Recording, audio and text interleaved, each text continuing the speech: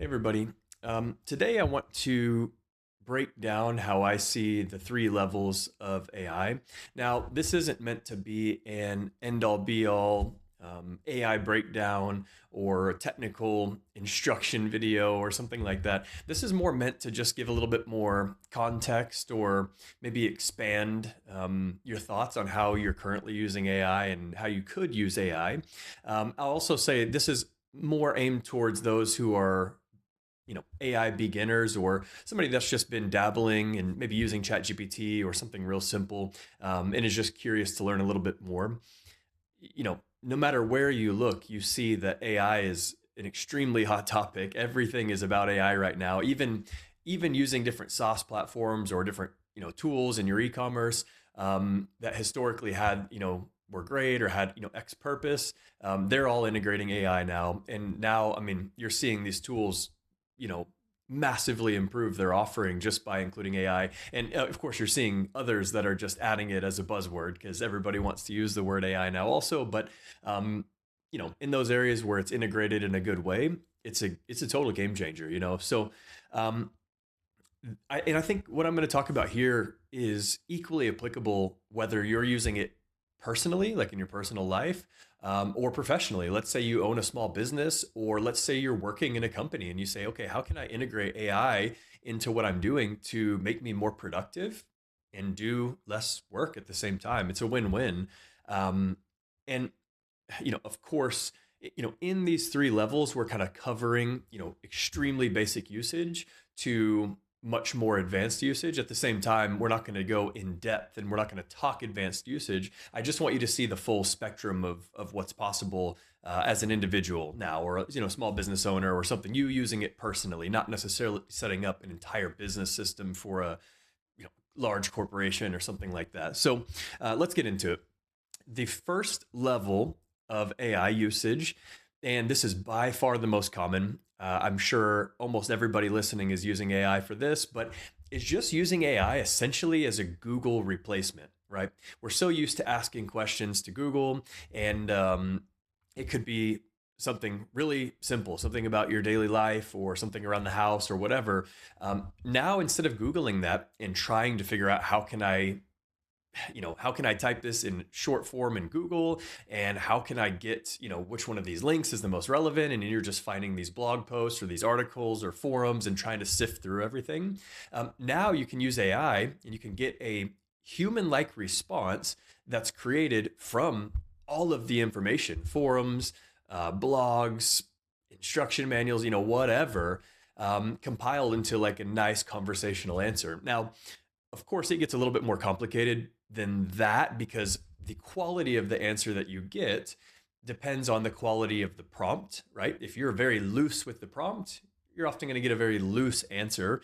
And sometimes ChatGPT and really any of these language models are going to, depends the type of question you're asking, but they're going to give you the answer that you're looking for. And there's sometimes I've seen like, AI gets prompted with a question or a problem, they get X answer or solution. And I could look at that and feel like, okay, yeah, but if I prompted it, a little differently, if I tweaked it just a little bit, I could have got the opposite answer or something that was contrary to the answer got from the first prompt. So it's all relative, but level one is using AI as a Google replacement. There's nothing wrong with this at all. I would say in my personal life, I'm using this, I mean, all the time, all the time. Um, Google is getting much better at integrating AI in their search results as well. So you can get a good answer in like the AI summary at the top of a Google search.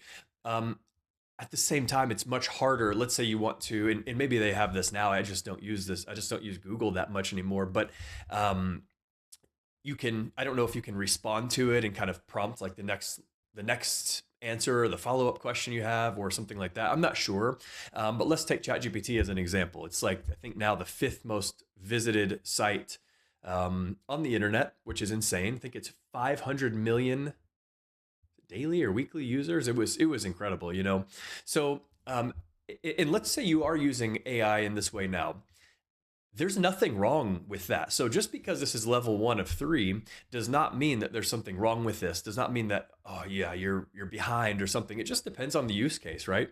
I would say if you own a small business, if you're working in ecom and you're only using it on level 1, or not even just ecom, if you're using AI for your job and you're only using it for level 1 out of the 3 I'm going to talk about, then yes, I'd say you're behind. But if you're just using it for your personal life and it's a nice replacement for Google, then that's great. And no matter if you're using it for level 2, level 3, you're probably using it for level 1 also. So level 1, Google replacement. So level 2 is where it gets a little bit more complicated, but not really. Level 3 is where the complication really begins to skyrocket. Level 2 is using AI as a tool to help you with a specific task. Now, I don't necessarily mean, it could be this too. I don't necessarily mean a household project, right? I kind of consider that level 1, Google replacement. I mean, you have a job to do and you're using AI to actually help you be more efficient, save time, be more accurate, whatever it is with the job that you're doing, right? So let's take an example. Um, let's say you are looking at sales reporting and you're trying to make a decision on whether we should let's purchase more of XYZ product, or how should we merchandise, or where's the development been in the business, which product segment or which product category, which variant, whatever it is. You're dealing with data. In those cases, most of the time, more data or data over a longer period of time is going to be more valuable, right? Because it's going to tell the truth. Whereas maybe data from a day, nothing wrong with that data, but it's very subjective. What happened on that one day, and it doesn't necessarily mean something larger than that one day. It could, but it doesn't necessarily mean that, right? So if you want to see sales trends, if you want to analyze data for purchase reasons, whatever it is, you generally need to compare data over a longer period of time. Now, more often than not, it's not going to be one simple piece of data that you measure in a linear way. Okay, this one piece of data over X time, there's my measurement. Now I have a comprehensive understanding over what it is, whatever it is I was looking at. Usually you're going to have multiple data layers, right? Because oftentimes, if you look at just one piece, it doesn't tell the full story. You need to kind of weave in these other pieces as you're going. So let's say I'm looking at, let's say I'm going to do something real simple, right? I want to understand my Shopify orders, purchase patterns, development, changes, etc., over a longer period of time. Well, the old way of doing that would be maybe doing a or pulling a report of your top product sales over time, your new versus returning customers, your new customer acquisition over time. All of these reports, you're going to look at them separately, or you're going to compile them into an Excel sheet, and you're going to try and understand data. Let's say you're looking at 6 months, 12 months, 24 months, and you're going to try and understand these trends, right? And individually, it's not hard to understand them, but when you start mixing the data together to get a more complete picture of what you're looking at, it gets quite complicated, right? Now, the beauty with AI is that entire process can be simplified on two ends, right? It can be much more simplified in terms of the way the data is presented, right? And what I mean by that is you don't need to pull a report, build these beautiful Excel tables and these charts. You don't need to build the data to be presented in a way that you or another human can look at it and easily understand or have takeouts, right?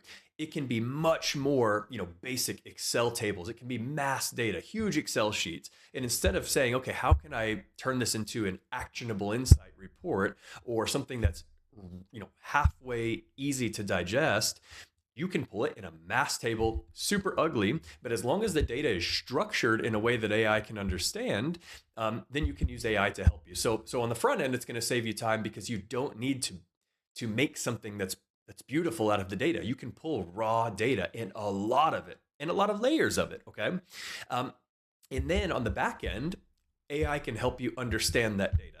So there's different camps when it comes to AI usage, right? Some people are against it.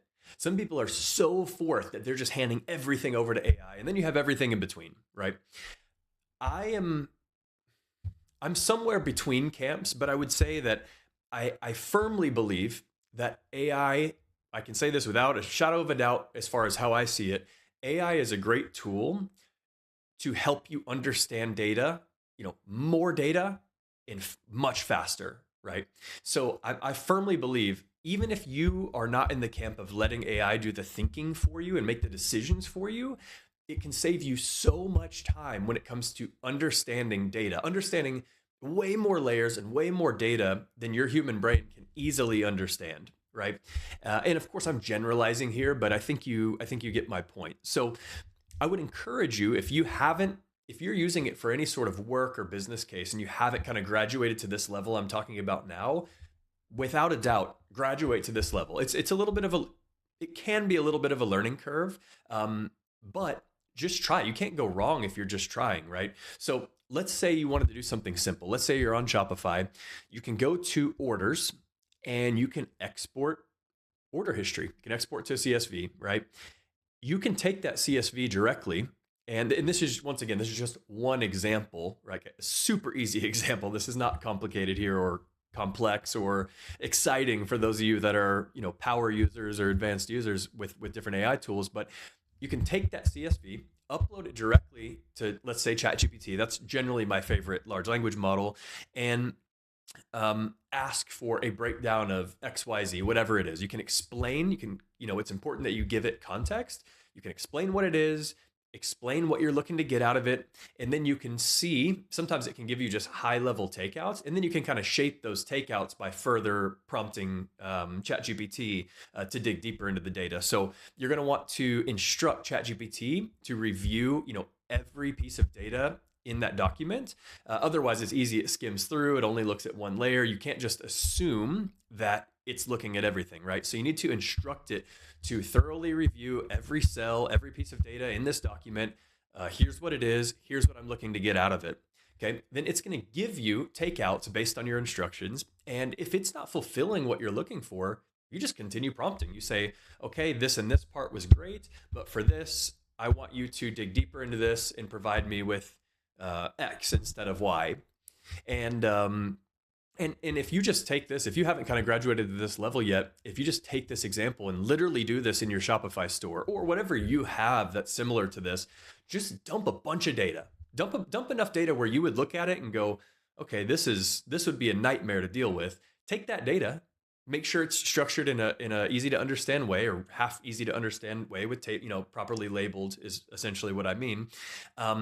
Upload that to ChatGPT, ask for takeouts, and see what it can do for you. Okay, this is level 2. Instead of you sifting through trying to find trends over time or spot every development or difference, upside, downside, whatever it is, let ChatGPT do that for you.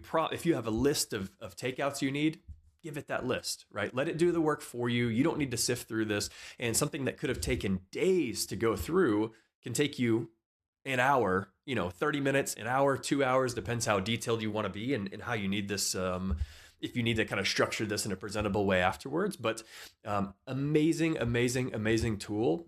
And I think this is the new level 1 in today's world because everybody's getting so used to AI that this isn't that complicated. But if you haven't done this, find a way you can incorporate this type of thinking or this type of working in whatever you're working on. Now, level 3, and this is where it gets much more complicated. I'm going to dive less into this because it can get quite granular, and this is not the video for that. And I'm still learning level 3. This is the level that I am on, and I'm actively learning as fast as I can. Level 3 is where AI does the work for you. Now, what I mean is this, right? Let's say you want to build some AI agents for your business, and you say, okay, I want to have 3 AI agents, right? I want to have, and I'm just kind of making this up off the top of my head using a very simple example. I want to have a data analyst, okay? I want to have a sales manager, and I want to have a marketing manager. These are 3 AI bots or AI agents that I want to create. Well, you can take this data analyst, right? You can connect it to Shopify through an API or a MCP server. There's different ways to do this, right? You can build this agent, and of course, this is where it gets complicated. You can instill instructions in skills, in guardrails, and all of these things, right? So imagine you're building an employee the exact way you'd want to build an employee. Okay. And just to say this, just like with employees, how you would train them, they're not going to be perfect right away, and they're never going to be perfect, maybe, but you need to train them. You need to continue working with them. Okay. So you're going to build this data analyst to extract data from Shopify. You're going to build and once again, I'm totally making up an example, so maybe a half bad example here, right? You're going to take your sales agent, your data analyst is going to pass, XYZ data to your sales manager. Okay. Your sales manager is going to take that data and it is going to create a sales activity plan, right? With campaigns or which products we should, based on that sales data, which products we should purchase more of, which products we should highlight based on the performance and the time of year and the season and all of these things, right? It's going to create a plan based on that data. Then it can take that plan, it can pass that off to your marketing agent, your marketing manager, and the marketing manager can create a marketing plan, right? There's even nowadays, you can even create connections between this marketing manager and Klaviyo or MailChimp or, even Meta. There's some crazy things you can do, and you can even have it build you campaigns in Klaviyo or MailChimp and set as draft. You could probably, I don't know, but you could probably have it send one. I think nowadays pretty much anyone who's doing this is having it set as draft and they're manually reviewing it because sometimes it's just not there yet. But so in this case, right, of course you could imagine a world where it's totally hands off. Now, the reality is just where we're at right now, especially if you're building your own agents, it's probably not going to be totally hands off in the beginning. Just like if you hired these 3 people at the same time in your company, it's not totally hands off just because you hire these people. You have to make sure everything is aligned. You have to make sure the communication is lining up properly. You have to make sure they're executing things in the way that you would execute them. So you're teaching them skills and you're kind of forming these agents and forming the collaboration between these agents to be what you want. So in the beginning, it's not perfect, but over time, you can fine tune this and create an entire team that is not only helping you work, but in a lot of ways, in many ways, doing the work for you while you sleep, while you're on vacation, while you're sitting there doing whatever work. They're doing their jobs all the time. Okay. So if we look at level 1 and level 3, you see a massive difference. One is AI is just there as a a better version of Google in a way. Level 3 is you have AI employees, right? They cost, $50, $100 a month, depending on how much you're using them, how much data they're processing, et cetera, et cetera. That's for another video. But the efficiency is massive, right? They don't need a lunch break. They don't need to sleep. Now, of course, you get into like morality questions and what happens to humans in the future. And there's a ton of videos you can get lost on when it comes to that. So that's kind of a fun topic and scary, but exciting at the same time. We're in a totally new world now. But what I would suggest, if you're listening to this video and let's say you're not using AI at all, I would just say, make a ChatGPT account, play around with it. Ask that, one of the beautiful things about AI is you can ask AI how to use AI, right? So if you're unsure, oh, what can this do to help me? Okay, tell it what your job is. Ask what it can do to help you. Now, you need to be aware that sometimes AI is going to tell you what you want to hear. So if you start prompting it in, to the left, it's going to start answering to the left. If you say, hey, I have this idea, is this a good idea? It's going to give you, a lot of times it's going to be a yes man, and it's going to give you all these reasons why it's a good idea. But if you would have prompted it slightly differently, it would have told you it was a horrendous idea. So you do have to have general awareness of if you are prompting in a biased way, even if it's biased betting on yourself, you're biased towards yourself and your own ideas, you are more than likely going to get confirmation on your ideas and you're biased. Okay. So you need to be aware of how you're prompting, but I think the only way you can learn this is by asking ChatGPT, right? Or whichever language model you decide to use. I recommend ChatGPT, or just trying and just playing around with it and kind of see how it works. So if you're not even using AI at all, 100%, just make an account on OpenAI for ChatGPT and just use it. Use it as a Google replacement. Ask a question. If you have issue with fixing something around the house, take a picture of it, upload it to ChatGPT, to that conversation, and ask it. And you will be shocked at how good it is. If you're using it for level one, which is essentially Google replacement, try level two. If you're not sure how AI can play a role in your job, ask AI, ask ChatGPT, say, hey, here's what I do, here's my job, here's my daily tasks. How can I use you to help me be more efficient throughout the day? Give me 5 examples or 5 common use cases for how someone in my position is using AI to help them be more efficient. And then level 3, I would say this is for people if you're already using it for level 2, if you're already used to AI, it's a common part of every day. You've used it for reporting, you've used it for data insights, you've even used it to help you kind of step by step or in depth on different projects, then but you haven't built an agent yet, I would say give it a try. Download Claude, use ChatGPT, use Claude, use these different tools to figure out how to build an agent. And I would also say it's easy to just a piece of advice. It's easy to go down the rabbit hole of building these mega agents or this extremely complicated, like, oh, I'm working an accounting job, I'm going to build a 5-agent accounting team that I just sit back and I don't do anything. That can be the reality. Yes, I would recommend starting simple, right? Build an AI assistant, right? Even if it's not a huge like use to you and super practically valuable in the beginning, just the things you're going to learn building that agent and the ideas you're going to have, like it's going to totally expand your mind as far as what's possible. And like as you're building that, you're going to start thinking, oh, I could have done this. Oh, wow, I didn't know you could do this. Oh, that's how I create an MCP server. That's how I you know connect these different tools with an API key or whatever it is, depends on what level you're on. So I would just say build something simple, because otherwise you get in over your head and you either just give up on it or it just becomes a freaking nightmare. And by the time you're done and you've built something, a lot of times you just need to build the next thing, because what you built, like you learned so much on the way that it's maybe not that good, or you kind of decided or you kind of learned you needed a little something different anyways. So build something simple. And once again, if you want to know how to use AI or where to start with these levels, for sure, shoot me a message if you have any question for me. But otherwise, ask AI, ask ChatGPT, and just go back and forth, round and round, and you'll get more and more ideas as you go. And don't necessarily take the first idea you get and then AI kind of confirms it, and then you just kind of run with it, because a lot of other people, well, I shouldn't say a lot of other people, but you know, you want to kind of brainstorm, just like if you were sitting down with one of your team members going over a new idea for a new product or marketing strategy, whatever it is. You'd go back and forth. You want to play devil's advocate. You want to toy around with the idea. Now, if it comes to making a super simple personal assistant AI agent, there's not a whole lot of tooling with the ideas. Just keep it simple. Have it do a few tasks just so you can say you've built one and you get that experience, because that's super valuable.